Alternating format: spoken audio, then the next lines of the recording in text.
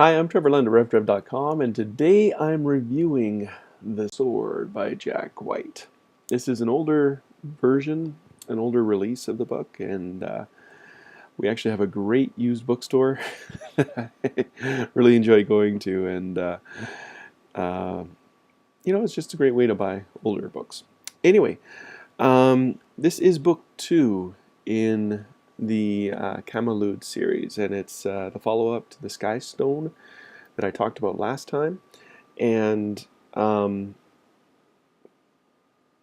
yeah, I think this one they start calling it A Dream of Eagles, not just the Camelud story, not just the Camelud Chronicles. Um, Again, I love this book because I'm a historian and I'm an author and I love fiction and good historical fiction. And I've got to tell you, it's very, very rare for me to find good historical fiction. This is great historical fiction. Now, because it's great historical fiction, there are very graphic details of death and very graphic details of sex in here as well. Now, I told you this in the first series, first book. The scenes were they were appropriate. Um, this book, I don't know if the sex scenes were appropriate. Here's the reason why.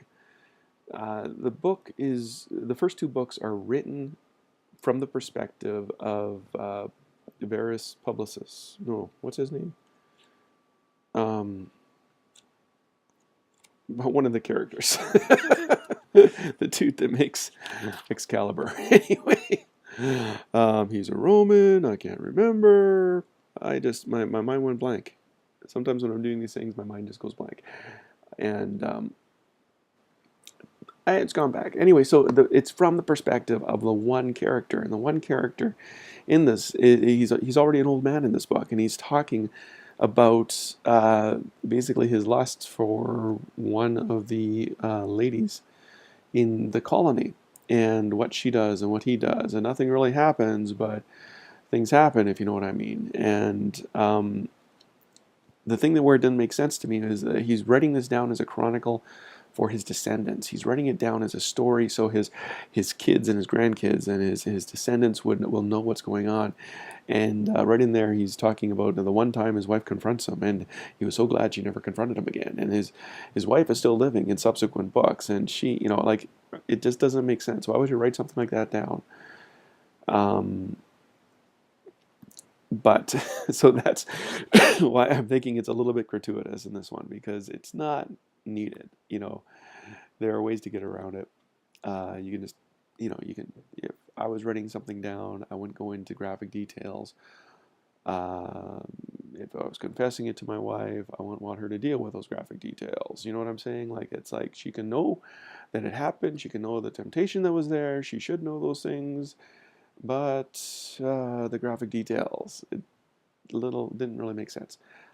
What did make sense, though, I really, really enjoy how Jack Whyte takes the story of Camelot, takes the story of the Arthurian story, and you've got to read this book just to see how he takes the whole legend of the Lady of the Lake giving Excalibur and what that actually means to him, and these Romans that didn't believe in magic, didn't believe in superstition, and well, they did believe in superstition, but anyway, the whole magical sword thing didn't come about, but how it did come about according to Jack Whyte in this book.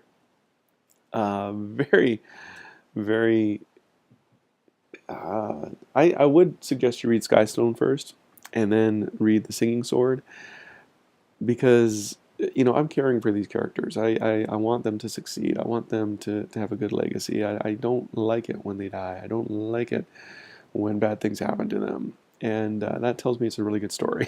it just gets you involved. And by the way, by the time I was reading this, I had to go out and get the next book in the series.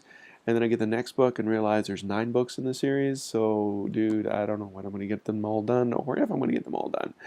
But I just finished the next one, and I realized I got to get the one after that. It's a good series. Jack Whyte, I'm very impressed with him as an author, and he's Canadian. Hey, Take care. I'm Trevor Lund. Enjoy.